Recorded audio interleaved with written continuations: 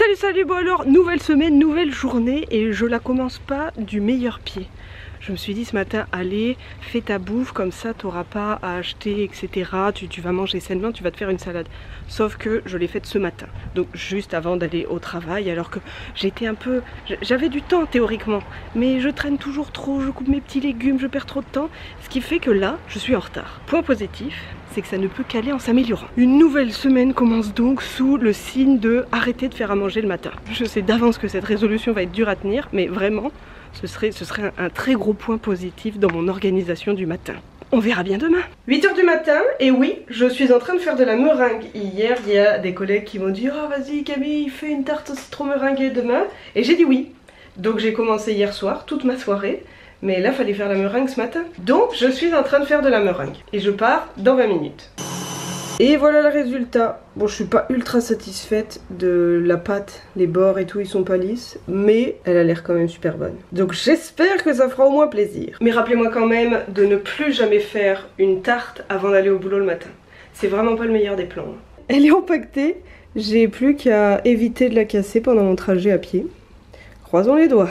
Retour à la maison quelques heures plus tard. Il n'y a plus rien. Ça a été un franc succès. Elle a été appréciée de tout le monde, même ceux qui n'aiment pas la tarte au citron d'habitude. Oui, je te jure. Moi, mon jaloux. Mais toi, t'aimerais pas ça, la tarte au citron.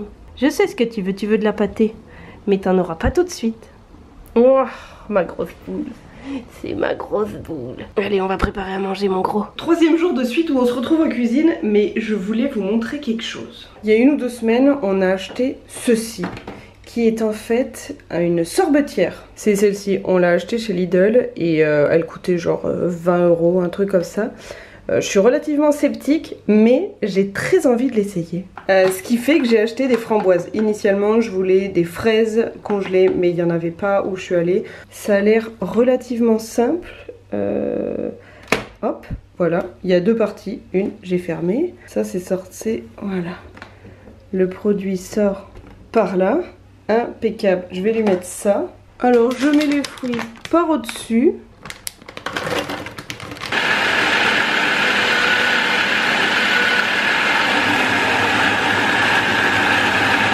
Voilà le résultat. Bon alors en toute honnêteté, la framboise c'est pas le meilleur fruit pour ça. Là il faut rajouter du sucre parce que c'est juste de la purée de framboise. Et la framboise c'est pas le fruit le plus sucré au monde. Mais avec de la mangue ça doit être ultra bon. Là juste avec un peu de sucre ça va être parfait.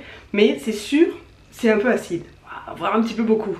Mais c'est quand même trop cool. Le champ des possibilités est immense. Et ça a trop bien mixé hein. C'est sûr il y a des petits pépins au milieu mais ça a fait de la glace. Je me dis au final que c'est ni plus ni moins que de la purée de fruits, mais c'est la base du sorbet. Donc voilà, si ça marche pour des framboises, je pourrais le faire avec des fraises, avec de la mangue, avec du pamplemousse si je pouvais, vu que c'est l'un de mes parfums préférés, mais j'avais trop envie d'essayer. C'est un peu un rêve qui se réalise aujourd'hui, vu mon amour et ma passion pour la crème glacée et les glaces en général. Ouais, moi je peux faire de la glace à la maison. Vendredi, 8 h 20 du matin et il me reste exactement 4 heures de boulot et je suis en week-end. Ce qui fait que je suis extrêmement en joie. Voilà, rien ne peut ternir ma bonne humeur.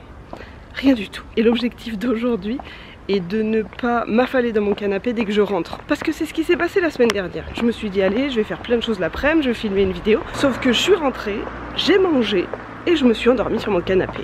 Donc, je n'ai pas fait de vidéo la semaine dernière non plus. Et le week-end d'avant, j'ai été avec des amis en micro road trip. Voilà. Donc, il n'y a pas eu de vidéo. Mais là, aujourd'hui, j'ai plein de choses à faire. Et je compte bien les faire. Donc vraiment, aujourd'hui, je ne m'assois pas sur mon canapé dès que je rentre. Par contre, il fait très chaud. Et là, on sent hein, que j'ai vraiment le soleil en pleine gueule. J'arrive pas trop à ouvrir les yeux. Bref, je vais faire mes 4 heures de boulot. Et on se retrouve. 13 h 50, je viens d'arriver chez moi. Globalement, ma bonne humeur est toujours là. Voilà, la matinée c'était sympa. J'ai vu mes collègues et tout. Voilà, c'était chouette. En plus, je suis en week-end, ce qui fait encore plus plaisir. Par contre, c'est quoi ce concept de l'été? Vraiment, ceux qui aiment l'été, j'arrive pas à comprendre. Là, je suis clairement à 2 doigts de me noyer dans mes vêtements. C'est-à-dire que j'ai l'impression d'être intégralement mouillée. Mes lunettes glissent là, mais c'est à cause de la sueur. Voilà, elles ne tiennent plus. Je transpire sur la totalité de mon corps. Je transpire même dans l'intérieur de mes coudes. Genre là. Là aussi c'est mouillé. C'est dégueulasse. Moi je suis venue vivre proche Bretagne pour le frais. Il fait 38 et il va faire jusqu'à 39 tout à l'heure. Alors maintenant je suis très partagée entre l'envie de me dire on va aller au bord de l'eau ce week-end pour être au bord de l'eau, pour pouvoir se baigner, pour être au frais, et l'envie de ne pas aller au bord de l'eau parce qu'il y aura plein de touristes, il y aura plein de monde, faut être proche des gens, ça me fait chier. Peut-être que le week-end va se résumer à essayer de ne pas mourir de chaud dans notre appart avec notre ventilateur et en prenant des douches de temps en temps, ou alors on va au bord de l'eau. Vraiment, tous ceux qui adorent plus il fait chaud, mieux c'est, etc., je ne vous comprends pas. Moi j'attends juste l'hiver là. Après l'hiver nantais c'est voilà, c'est un concept, c'est de la pluie, mais c'est pas grave. Franchement je préfère la pluie maintenant que mourir de chaud. J'ai l'impression de puer en plus, ça me dégoûte. C'est peut-être pas qu'une impression cela dit, j'ai pas demandé à mes collègues, mais vraiment c'est pas agréable. Oh toi non plus t'aimes pas ça hein? Même lui ça le saoule. Oui. Hein mon grand que ça te saoule? Il a chaud. Les défenseurs des animaux, ne vous inquiétez pas, on en prend soin. Hein. Dans pas longtemps, on va l'entendre gueuler. Hein. Oh oui, c'est parti. Allez. Ouais. Oui.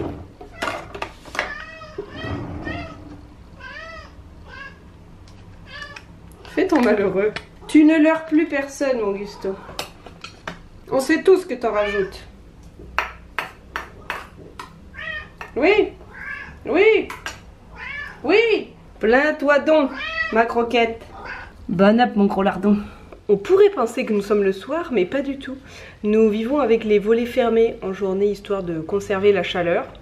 On va se le dire, ça ne marche pas vraiment.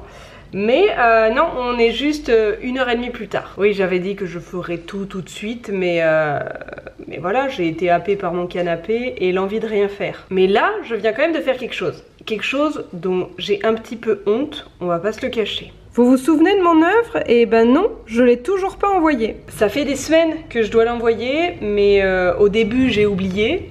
Et puis après, eh ben, je sortais trop tard du travail pour pouvoir y aller. Genre là, toute la semaine, j'ai terminé entre 18 et 18h30. Mes pauses de midi sont pendant les moments où la poste est fermée, donc j'ai jamais pu y aller. Mais aujourd'hui, j'y vais. Avant, je voulais redécouper, parce que je sais pas si vous vous souvenez, la ligne d'horizon n'était pas vraiment droite. Donc j'ai redécoupé pour que ce soit un peu mieux. Et je l'ai signé, voilà, une signature comme si j'avais 12 ans. Voilà, moi je mets un petit smiley. Bref, maintenant, je vais aller à la poste pour poster ça. Il faut aussi que je retrouve l'adresse de la personne à qui je dois l'envoyer. Et je dois récupérer des colis. Et en poster un autre. Je pars en expédition à l'extérieur. J'ai pas très envie, on va pas se mentir. Et sinon, je suis toujours accompagnée de mon fidèle acolyte. Ça va ma tortue? Oh oui, hein, t'auras des problèmes identitaires un jour. Ouh là là. On commence pas de vénère, hein. Ouais. Il a vu la caméra, il fait style, il fait le gentil. Il y a 2 secondes, il essayait de me bouffer. Gus! C'est quoi ton problème? La crise d'ado, faut que ça s'arrête, hein. Je sors de la poste et franchement, je suis la pire. À peine arrivée là-bas, il n'y avait pas trop de monde, j'enfile mon masque, hop. 10 secondes après, je transpirais déjà de la moustache dessous. Je vais déposer un colis parce qu'il fallait que j'en dépose un pour Ben. Et je tends le papier pour récupérer le mien. Et là, elle me demande ma carte d'identité. J'avais oublié ma carte d'identité. J'avais envie de pleurer parce qu'il fallait que je refasse 15 minutes à pied sous 40 degrés. J'avais pas vraiment très envie.